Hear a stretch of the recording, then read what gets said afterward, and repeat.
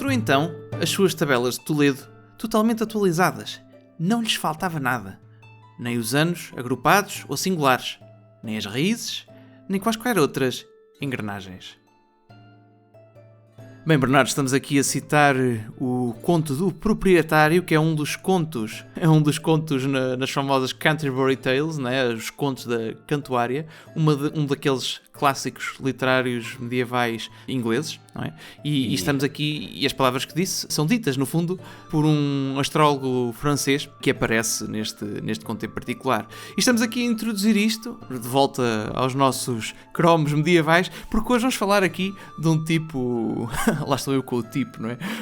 Vamos falar aqui de um sábio extraordinário inglês, não é? O John Westwick, que por ter feito um trabalho importantíssimo e relacionado com um cromo que nós falámos anteriormente, o Richard Wallingford, nós decidimos começar aqui com esta citação dos contos da Cantuária por causa de um artefacto espetacular, que é este aqui referido, não é? Mostrou então as suas tabelas de Toledo. O que eram isto das tabelas de Toledo e porque é que estamos a pegar nisto para introduzir este cromo medieval? Bem, e entretanto nunca mais me cala. Olá, Bernardo, bem-vindo a este episódio. Olá, Gonçalo. Olha, eu fico muito contente que nós tenhamos decidido fazer a leitura destes trechos dos contos de Cantuária na tradução para português, porque nós a tentarmos ler isto com sotaque medieval de inglês ia ser um desastre, não é?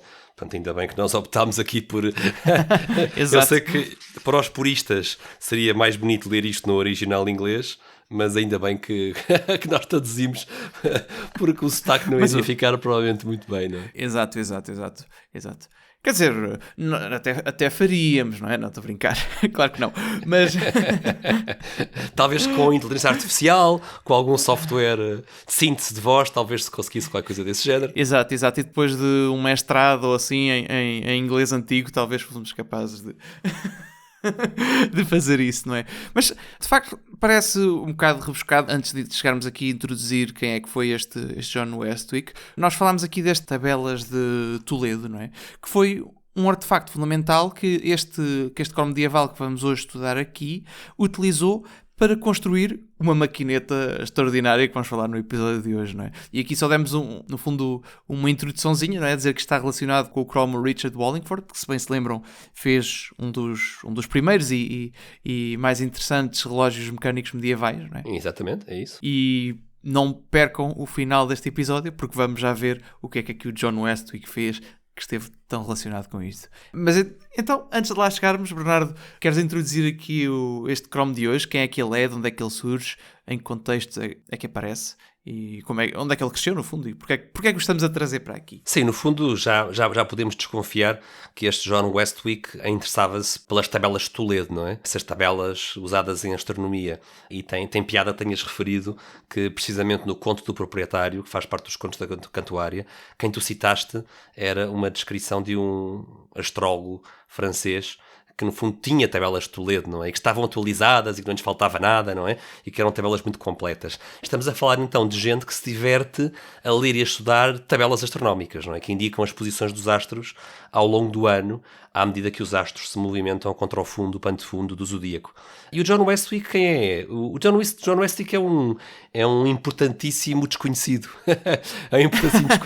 É um desses muitos importantíssimos desconhecidos que povoam a ciência medieval. Ele nasce de família camponesa, família mediana, nem muito rica nem muito pobre, no campo não seria muito rica também, certamente, que nasceu num local muito interessante.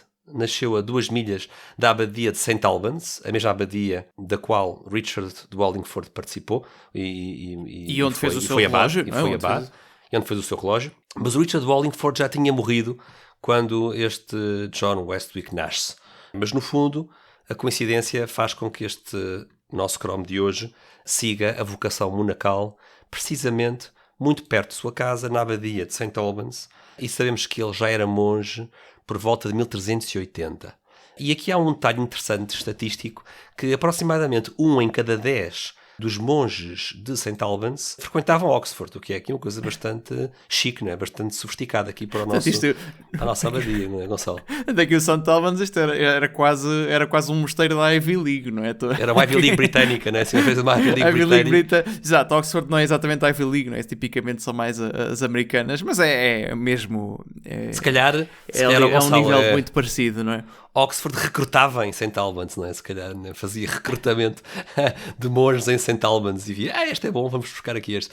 Nós não sabemos se o nosso Chrome de hoje, se o John Westwick, realmente esteve ou não em Oxford, não sabemos. Mas uma coisa é certa, enquanto esteve em St. Albans, e foi um período de quase uma década, ele estudou astronomia em St. Albans e utilizou a valiosa biblioteca de livros de astronomia que existia na abadia. E é preciso só pensar, não é, que tivemos esse grande cromo de relógios e de calendários e de astronomia Wallingford a trabalhar na geração anterior nesta mesma biblioteca, não é? Portanto, a biblioteca era muito boa, muito rica neste tema da astronomia e o Richard Wallingford deixou um legado importante. Então, quando temos aqui este jovem John Westwick a seguir a sua carreira monacal, ele vai estudar detalhadamente o trabalho do seu antecessor Wallingford. E como é que sabemos isso?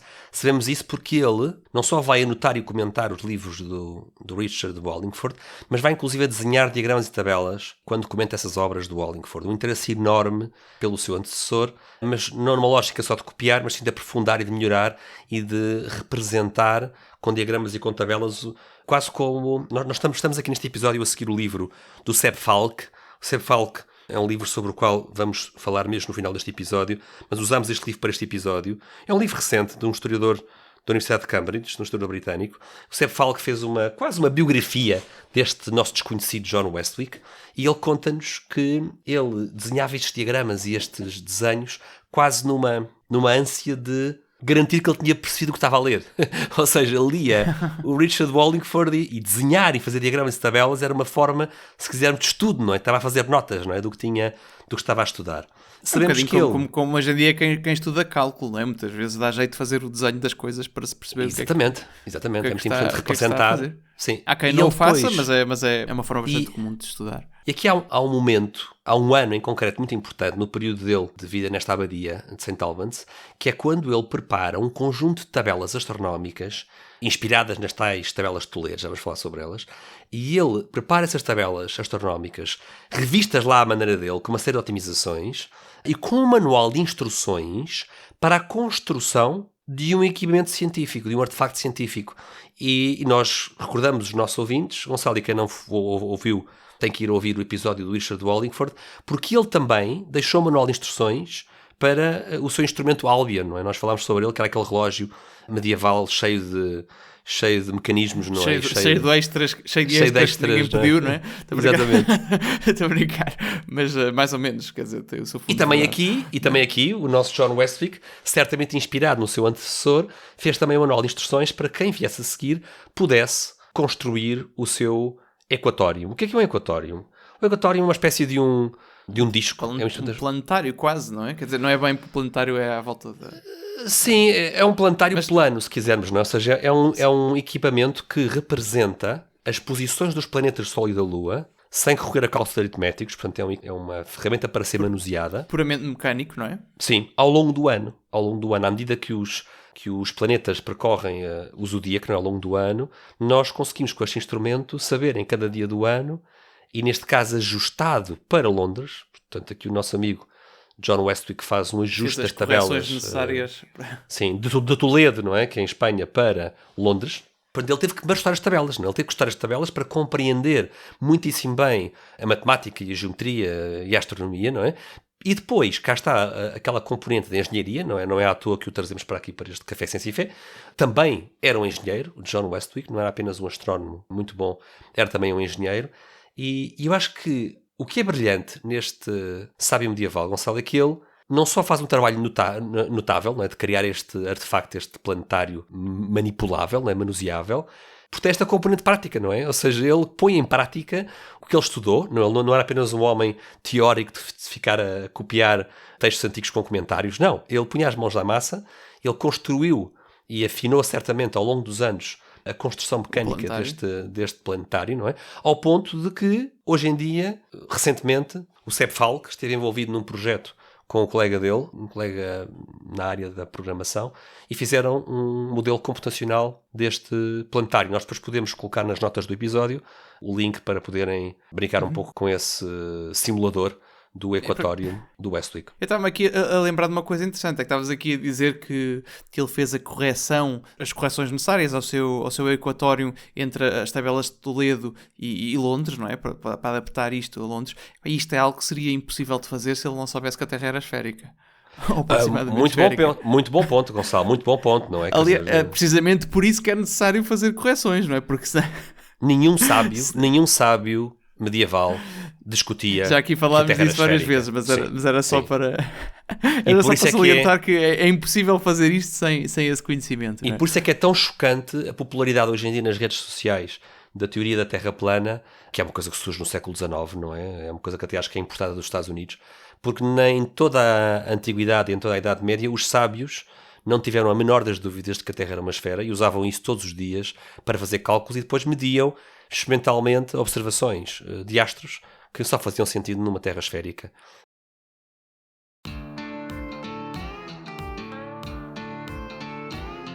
Estás farto de podcasts chatos e que te adormecem? Então prepara-te, porque estamos a preparar a melhor mistura de ciência e fé. Subscreve agora e deixa para trás os teus problemas de café. E não se esqueçam de pôr gosto e partilhar.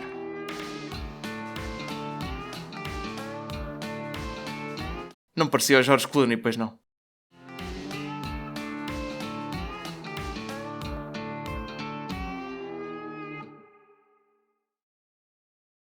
E o que é importante saber sobre estas tábuas ou tabelas astronómicas, Gonçalo? Elas vêm desde os babilónios, não é? São um dos exemplos mais interessantes de transmissão de conhecimento científico ao longo dos séculos de civilização para civilização. Portanto, nós devemos aos babilónios e aos persas o começo destas tabelas, não é? Mas fazemos aqui um acelerar rápido o tempo aqui para o século XI, para Toledo. Estamos em Toledo, estamos na ocupação árabe da Península Ibérica e nós temos dois nomes de sábios árabes que estão em Toledo no século XI e que estão a escrever estas tabelas astronómicas, a compilá-las e a descrevê-las e a analisá-las, e vão ficar conhecidas com o nome de Tabelas de Toledo, e são escritas por um conjunto de astrónomos, dos quais se destaca um tal de Ibn al-Sam e um tal de al-Zarqali. Estas tabelas são compiladas nas décadas de 1060 e 1070. Depois o que acontece? Na próxima fase de vida destas tabelas, vamos saltar agora 200 anos depois, na década de 1270, estes tratados árabes que surgem em Toledo são traduzidos para castelhano. Quem manda fazer isto é o rei Afonso X de Castela, que monta uma equipa de astrónomos. Daí também se conhecerem como tabelas afonsinas, não é? Tabelas afonsinas, estas são as famosas tabelas afonsinas. São tão importantes, Gonçalo, que havemos de fazer um episódio dos cravos medievais só sobre as tabelas afonsinas. E o rei Afonso X monta uma equipa de experts, de astrónomos, que vão traduzir para castelhano as tabelas do al-Zarqali e do al-Sam. Vão traduzi-las do árabe para castelhano e vão melhorá-las, não é só uma questão de traduzir, vão melhorá-las. Próximo passo desta história, mais um salto do tempo, saltamos mais 50 anos, e agora estamos em Paris. Pouco depois de 1320, mais ou menos na altura do nosso amigo Jean Bourridan, do qual já falámos aqui quando falámos da Universidade de Paris. Exato. Estas tabelas são melhoradas por um grupo de astrónomos ligados à Universidade de Paris, são traduzidas para o latim também e começam a circular em latim. E quando começam a circular em latim, emanadas da Universidade de Paris, recebem o nome de tabelas afonsinas revistas e vão se espalhar por toda a Europa. Quer dizer, a segunda edição, mas como isto já vinha dos babilónios, deve ser para aí... Sim, não é um 2.0, é capaz de ser um bocado mais do que isso. Exatamente. Há aqui uma inovação que os parisienses introduzem, que é, em vez de organizar as tabelas da maneira tradicional, portanto, durante séculos ou milénios, as tabelas eram organizadas sempre da mesma forma. Há aqui uma introdução de uma nova organização que vai ajudar imenso ao cálculo. Os parisienses vão organizar as tabelas das posições dos astros usando ciclos de 60 dias. E qual é a vantagem disso? É que ao fazer isso, isto permite introduzir a numeração sexagesimal. E quando organizamos os números em colunas, isto permite que cada coluna se possa facilmente computar multiplicando os valores da coluna anterior por 60. Isto torna super fácil compilar estas tabelas. Porque, repara, Gonçalo, estas tabelas cobriam intervalos de tempo gigânticos. Havia tabelas que cobriam 1000 anos, 2000 anos. E fazer isto à mão era um trabalho, não de chinês, mas sim de persa, ou de babilónio, ou de árabe, não é? Era um trabalho muito complicado, não é? Eram anos e anos de vida. E as pessoas não gostam de fazer coisas repetitivas quando há formas de simplificar o trabalho. E aqui também, um parênteses sobre os medievais, não é? Os medievais preocupavam sempre com otimização de processos. E temos aqui um exemplo em que, quando os parisienses colocam à disposição das tabelas, não é? Vão conseguir dramaticamente melhorar os cálculos relacionados com estas tabelas. Ao mudar a base do cálculo, consegues simplificar bastante a forma como a fazes. Eu não consigo, eu estou aqui a ouvir isto e eu não consigo deixar de imaginar estes monges medievais, não é? Com estes livros na mão, estas tabelas na mão e a pensar que tinha na mão conhecimento que já vem desde os babilónios. É fascinante. Gonçalo, é fascinante. É absolutamente fascinante, não é? A importância do conhecimento acumulado da humanidade que aqui estava neste momento, não é? E que nós hoje damos por garantido, não é? Sim, e já falámos também sobre a parte toda dos instrumentos, não é, Gonçalo? Falámos também sobre como é que se faziam observações antes de haver um telescópio, não é? Usando réguas, por exemplo, para tentar obter a altura das estrelas. Era extremamente difícil trabalhar antes do telescópio, não é? Mas também aqui havia uma tradição de instrumentação astronómica que acompanhava as tabelas, não é? E há aqui um detalhe, há aqui um par de detalhes que eu gostava de partilhar com os nossos ouvintes, que o livro do Seb Falk está cheio de detalhes bastante sumarentos. Um dos detalhes diz-nos que os calculadores medievais, parisienses e não só, não é? Que trabalhavam nessas tabelas, gostavam tanto de fazer cálculos, ou pelo menos podiam não gostar, mas eram tanto empenhados, não é? Estavam tão empenhados nesta tarefa, Gonçalo, que os cálculos tinham muito mais precisão nas tabelas, muito mais casas decimais, do que as observações, o que é uma coisa que não é assim muito útil, mas só mostra, não é, o zelo destes calculadores, não é? Que no fundo procuravam, era esta preocupação de ter números bons, não é? Que procuravam dar-lhes muitas casas decimais mesmo quando não era necessário, não é? Porque hoje em dia também, nós também à distância do tempo, não é? Podemos ter o conforto, não é, Gonçalo, de, com a nossa precisão contemporânea, dizer, eles não precisavam daquelas casas todas, não é? Porque hoje em dia nós vemos que os dados que eles têm tinham erro, não é? Mas claro, isso somos nós a observar as coisas a esta distância de 7 séculos. Mais ou menos, sabes que pronto, há aqui uma questão, por exemplo, que é a questão dos algarismos significativos, que é uma teoria que se calhar naturalmente não estaria tão desenvolvida na altura nesta época, como está hoje, não é? E tu quando fazes uma medição tens uma certa margem de erro, não é? E em princípio a tua última casa decimal reflete a dimensão desse erro, não é? Portanto, isso é uma dimensão. Mas outra dimensão que pode estar envolvida aqui é algo que aqui o software que nós utilizamos para gravar este podcast faz, que é artificialmente utilizar uma grelha mais fina do que aquela que está a ser usada na medida. Portanto, no fundo, o software que nós utilizamos faz parte da onda sonora usando um sistema de 24 bits, mas depois, para os cálculos internos, usa um sistema de 32 bits. O que é que significa? Significa que tem uma precisão maior nos cálculos internos do que a precisão com que o áudio é inicialmente discretizado. E isto é para quê? Para quando o software faz cálculos e aplica efeitos e não sei o quê, ter menos perdas. Claro, sim. A ideia ter é ter perdas menos de informação não é? menores nestes cálculos intermédios. E depois, quando vamos exportar o áudio para o episódio que depois os nossos ouvintes podem ouvir, ele volta a ser um áudio de 24 bits, como foi inicialmente quantificado pelo aparelho que recolhe o áudio. E possivelmente a preocupação dele com estes dígitos era também poder encaixar e acomodar algum erro da própria cadeia de transmissão, não é? Dos próprios copistas, dos próprios astrónomos que iam trabalhando estes números ao longo do tempo, não é? Quem sabe também essa era uma das preocupações que eles tinham, não é? Exato, portanto, embora possa parecer, do ponto de vista dos algoritmos significativos, possa parecer que não faz muito sentido, pode fazer sentido deste ponto de vista, ou seja, fazer os cálculos intermédios com mais casas decimais para não se acumular erro aí. Claro.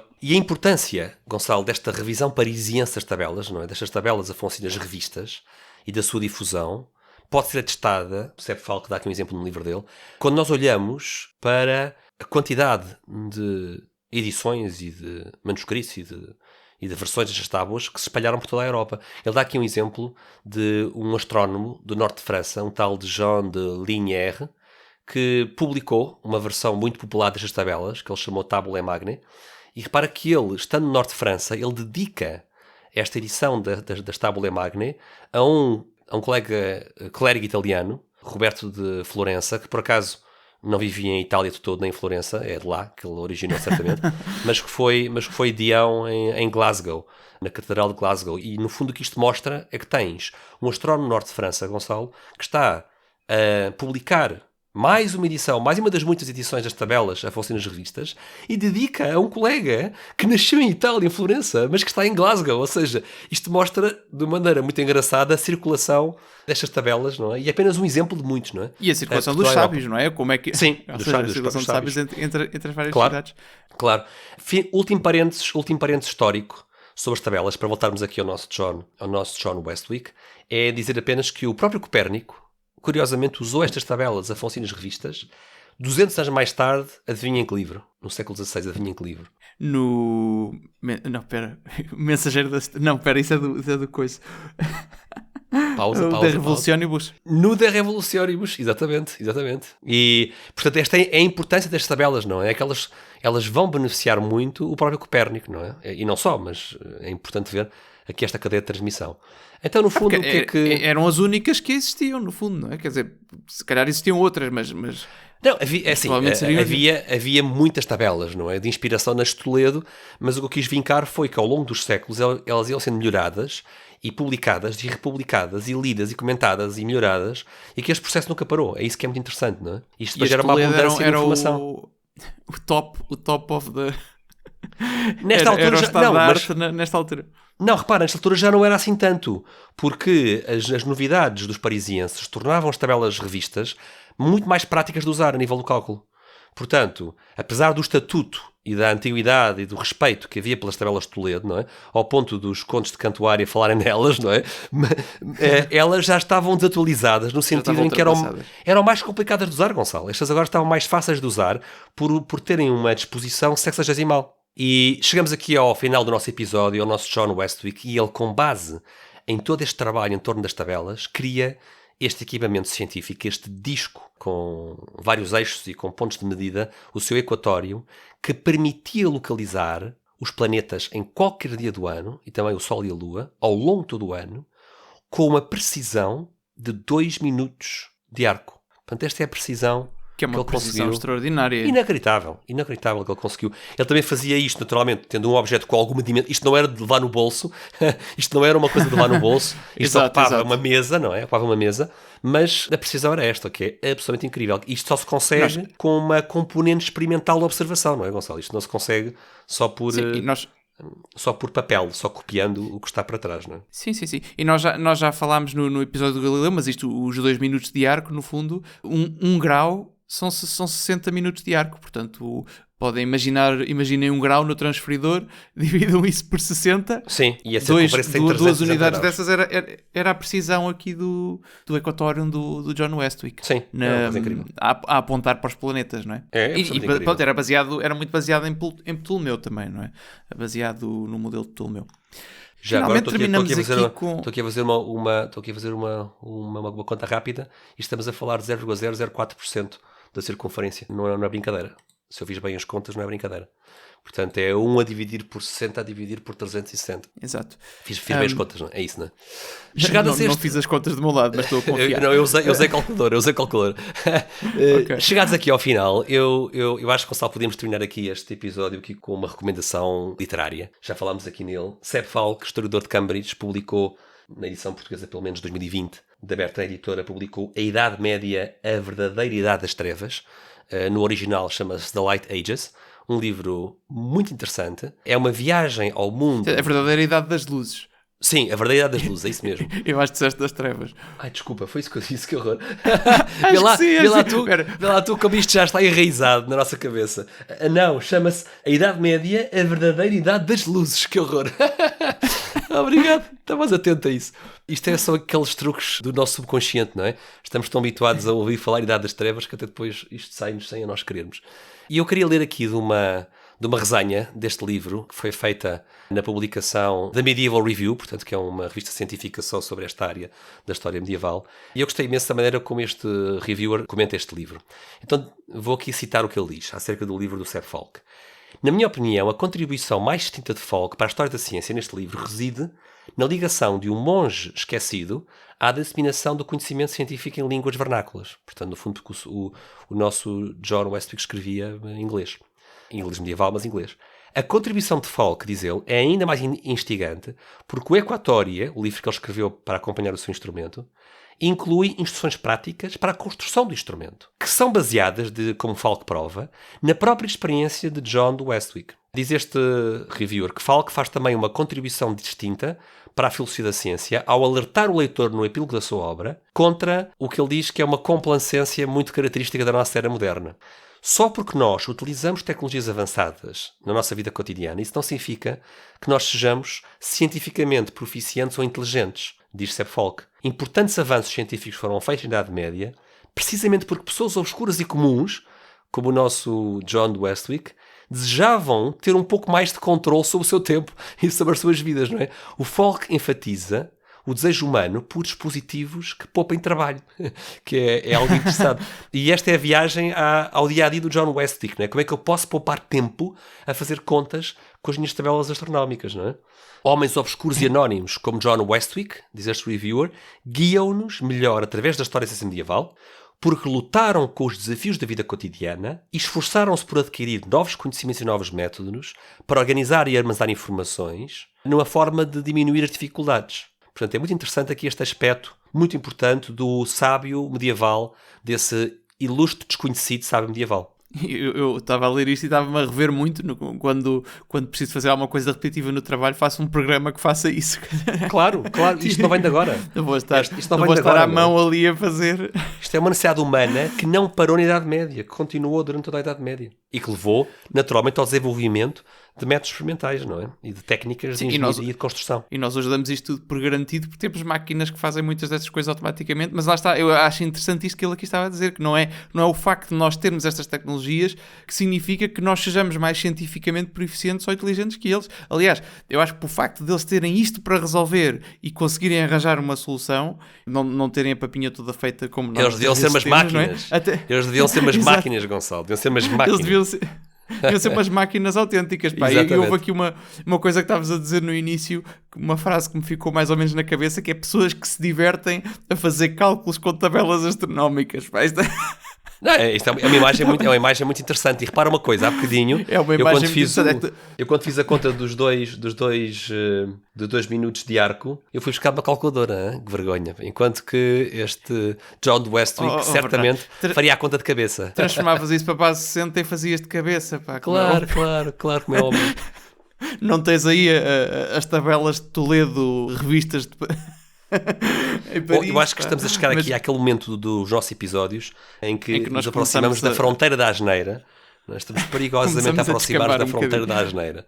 Acho melhor ficar por aqui. Pois. Gonçalo, foi o nosso cromo a trazer melhor, da obscuridade, arrancar da obscuridade este John Westwick e fazer-nos viajar no dia-a-dia deste sábio medieval. É a nossa recomendação, o livro do Seb Falk. Leiam porque é uma viagem fascinante. Sim, e eu não deixo de pensar que provavelmente isto de estar fechado a fazer contas com tabelas astronómicas devia estar no top 3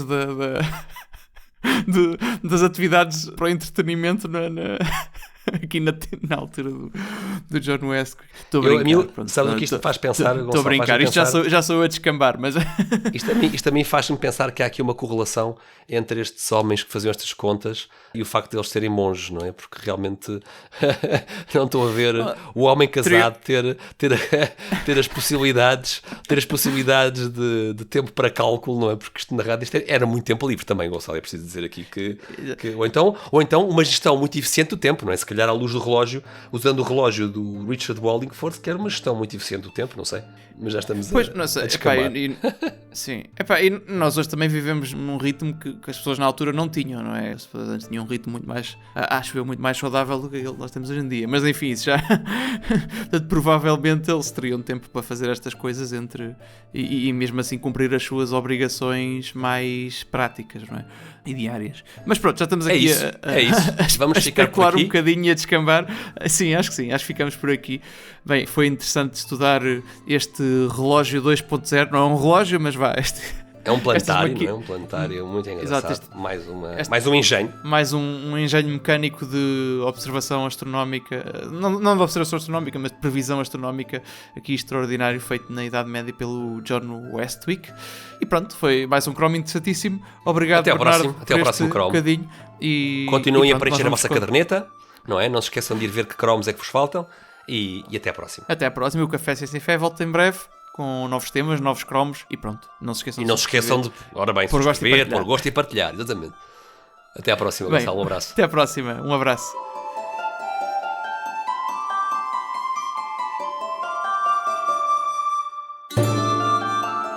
Foi mais um dos nossos cromos medievais. Esperemos que tenham gostado deste episódio, desta rúbrica em que mostramos os vários sábios que fizeram um trabalho científico ou intelectual importante durante a Idade Média.